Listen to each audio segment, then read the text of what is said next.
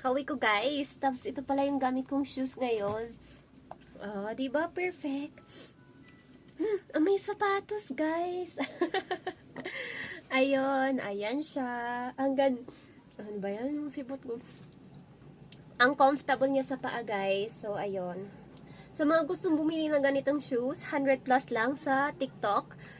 Sa basket ko. Order na kayo sa basket ko, guys. Okay, 5, 4, 3, 2, 1. 1, 2, 3, 4, 5, 6, 7, 8, 9, 10. Seller yan. Guys, order na kayo para makikita ako.